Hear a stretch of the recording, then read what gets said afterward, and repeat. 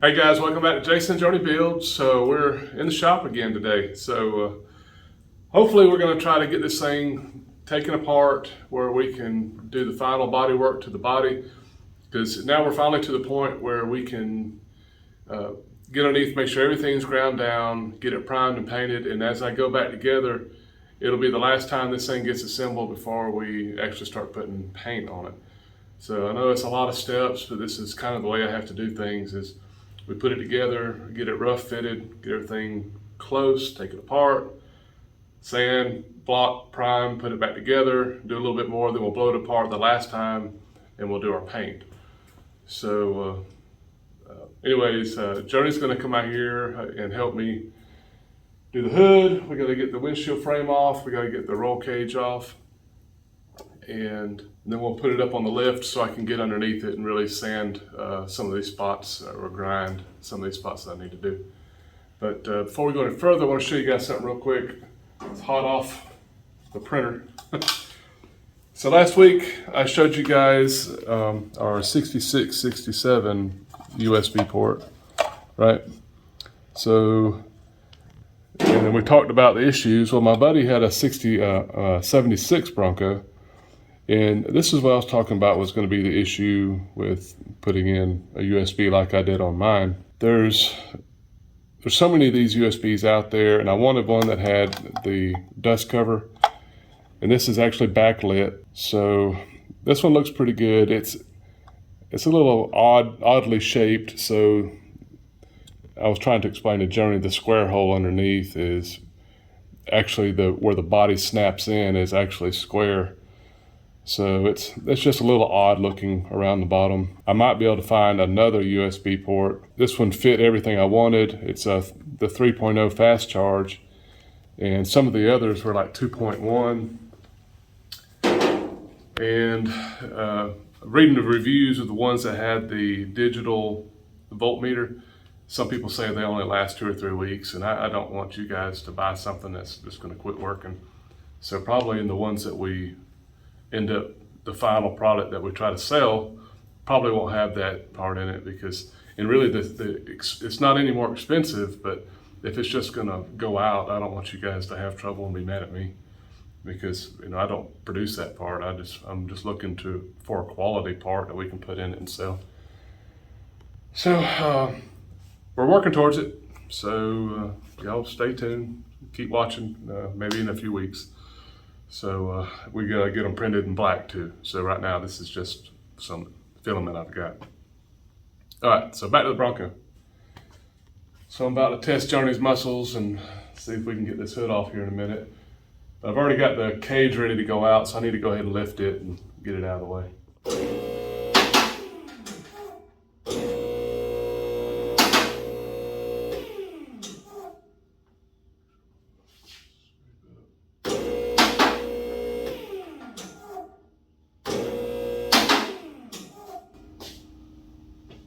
If I was going to have enough lift to do that, let's keep me from having to make Journey pick it up.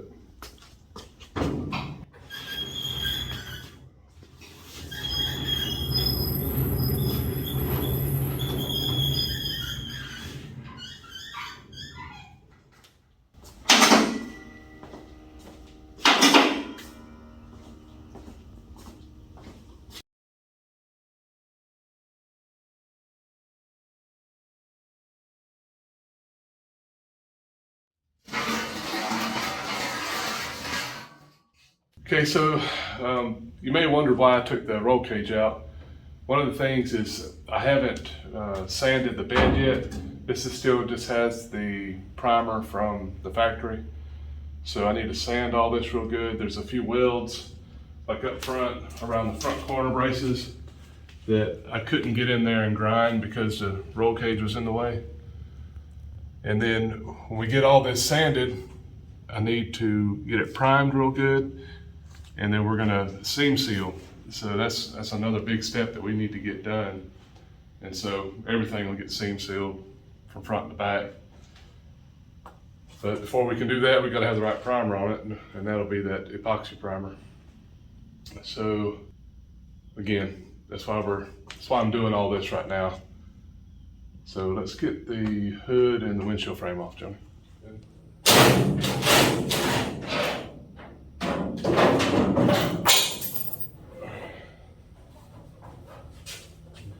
gonna roll it. All right, let me step that way. Okay. So, just keep your back hand on it. It's coming to you. Ready? All right.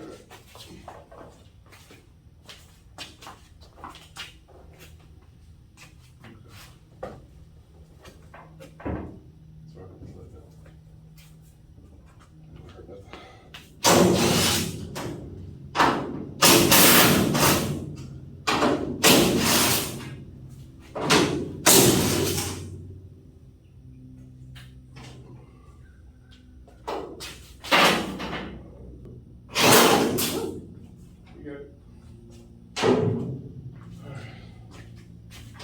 Where are we going? Set it over here.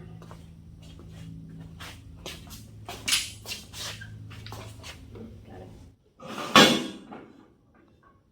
So why are you putting that under the wood? Are you lifting the wood also? Yeah, the body is attached to the frame. I attached the body to the frame with lag screws. So when I'm pushing it around, I don't push it off of the wood. So it's still attached to it, and it's actually is what's keeping everything square. So yes, I'm gonna pick up the wood and everything. So I don't want to pick it up without it because I'm afraid of droop. Oh, okay. So I get Joni to come over here and show you guys why I'm doing this. All right, so guys, as y'all can see under here, we've got a few welds that are kind of getting a little bit of surface rust on them. This is all the EDP primer that the 4-pan came in. So I need to sand all this and get all this primed correctly. You see lots of spot welds along the rocker that I just need to clean up and get sanded well, ground down, sanded. So this is the time to make all this nice and pretty. And I want to do that before I spend any more time on the rest of the Bronco up top. So when I come off the lift, the bottom of the Bronco will basically be ready to shoot paint. And it'll be primed. I'll do it twice if I have to. So this will be a big deal to get done. I don't know if you can see down towards the end, Joni. Here, I'll walk over there. Guys, at spots like this where when we assemble the body, all your spot welds, all along the quarter panel, all this stuff needs to be protected because it will rust. So this is what we're after right now. Once we get all this done, again, we'll seam seal under here too. This is gonna have a whole lot of seam seal. All these gaps, cracks, anywhere that water might run, mud might sling up, you wanna just reach in there and put a lot of seam seal on it. You can't put too much, especially not underneath. I want this to look nice. I don't want it to look like I just threw it up there, but I'm just saying it does you a lot of favors. All right, so now it's time to get to grinding and sanding.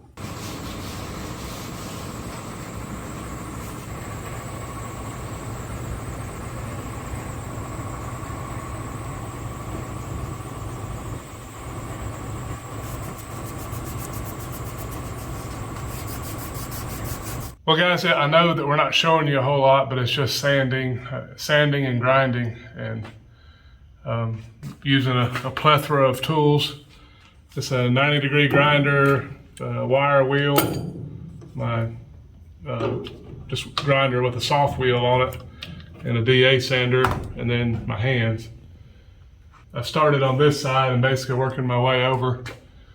Anything I feel rough, I'm grinding and sanding all this as I go because all this needs to get primed all one color. So it's just a lot of work. This is why I've been putting it off. So it's, I told Joni I really didn't have the want to even get out here today, but the whole reason is because I knew this was the job. So this is one of those that I just have to get in here and get done. It's not fun, but it's necessary, and it really turns out nice in the end. So I'm gonna get back at it.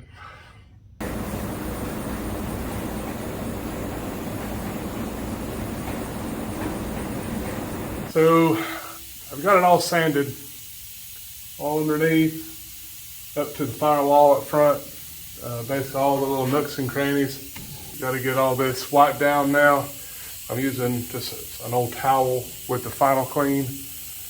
We'll get it all wiped down good, and then I'll come back and I'll tack it off to make sure I get any lint that I leave behind. But I've got such a mess under here, and as you probably see on my face, I've got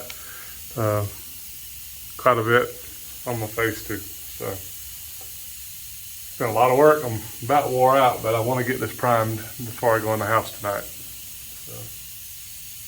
So just a whole bunch of wiping to do, then I'll start mixing up some primer. Oh, and by the way, I did get my doors sanded, so I can go ahead and get the inside of my doors painted too while I'm doing this.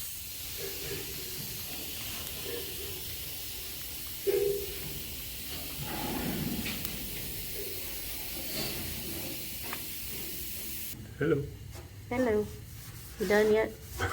Nope. I'm tacking it down. After you wipe it down, I use a tack cloth. Just trying to make sure we get all the garbage off of it. So, Joni keeps reminding me that it's underneath. Don't worry about it so much, but I know nobody ever see it. But it just doesn't have to be as perfect as the outer side. I mean, I know you want to look nice, but it doesn't have to be, you know, top notch underneath. Yeah, I know. It is a Bronco. Alright. Let's put some paint on it. I'm ready to quit. All right, sounds good to me.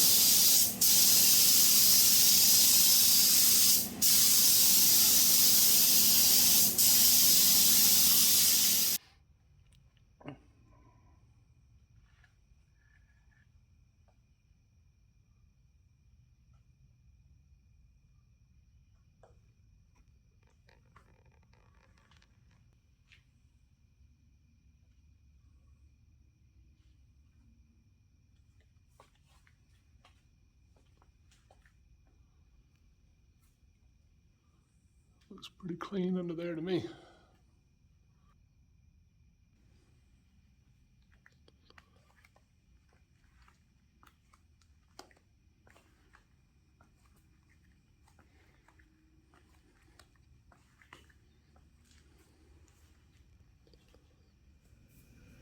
All right, guys. So this was a big deal today. I didn't want to do it. I'll be honest.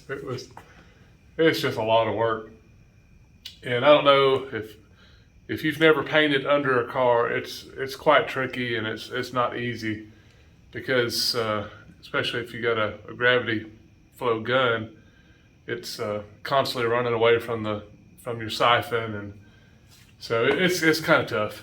So. Went under it with a flashlight, trying to make sure I didn't have any spots I missed. It's covered really good. So now we'll be ready for seam seal underneath. So I'm excited about that. And I believe that we're going to go with a tinted Raptor liner up underneath the Bronco. And tint it the color of the Bronco is kind of my thinking right now. So we'll talk about that a little bit more in the future. But man, I'm glad that's done. That was a lot of work. So we got the doors painted, got those primed good. So we had a question the other day on the doors. He was asking me, what did I do when I painted my doors? And he had mentioned maybe taking some paint and maybe kind of rolling around the door. And I've actually thought about that before. It's not a bad idea. These doors are EDP primed, which is like it's kind of like powder coat. You know, it's a charge, and it kind of gets in all the cracks and crevices, anyways. But it's not the best primer in the world. So what I'm going to end up doing is I'm just going to buy some quality primer in a can, so I can reach in there and just kind of load up the corners, kind of like he's talking about. There's no real, there might be a bunch of different ways of doing it, but he asked, that's probably what I'm going to do with mine. I'll just tape up all my holes, and I'll just really spray it heavy and just let that paint get in there and kind of help be a protectant. So, but anyways, we appreciate you guys following along. I know today was kind of boring, but it's a big deal, big job. So if you plan on doing this, get ready to work and hurt your fingers. So anyways, thanks. We'll see you guys next video. So you guys take care. Have a good week.